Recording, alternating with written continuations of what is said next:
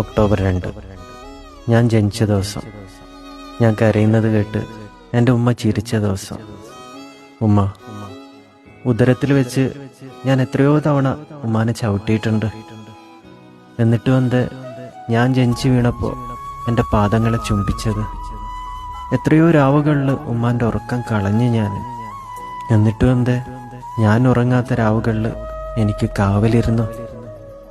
ലോകത്തെ ഏറ്റവും വലിയ വേദന നൽകിയല്ലേ ഉമ്മ ഞാൻ ഈ ലോകം കണ്ടത്. എന്നിട്ടും എനിക്കൊരു ചെറിയ മുറിവുണ്ടായാൽ ഉമ്മാക്കാണല്ലോ വേദനിക്കാറ്.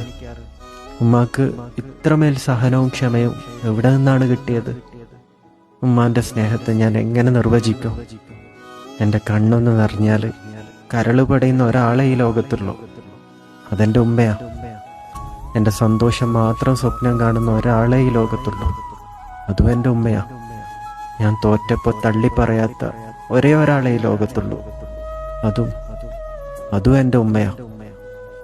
പഠിച്ചോനെ, എൻ്റെ ഉമ്മാക്ക് നീ ദീർഘായുസ് നൽകണമേ. ഈ ഭൂമിയിൽ പിറന്ന് വളരാനും ഈ മണ്ണിൽ ചവിട്ടി നടക്കാനും എൻ്റെ ഉമ്മാൻ്റെ മകനായി ജീവിച്ച് മരിക്കാനും അവസരം നൽകിയ സർവശക്തനായ അള്ളാഹുവിന് നന്ദി. ഇത്രയും പറഞ്ഞുകൊണ്ട് എൻ്റെ വാക്കുകൾ ചുരുക്കുന്നു.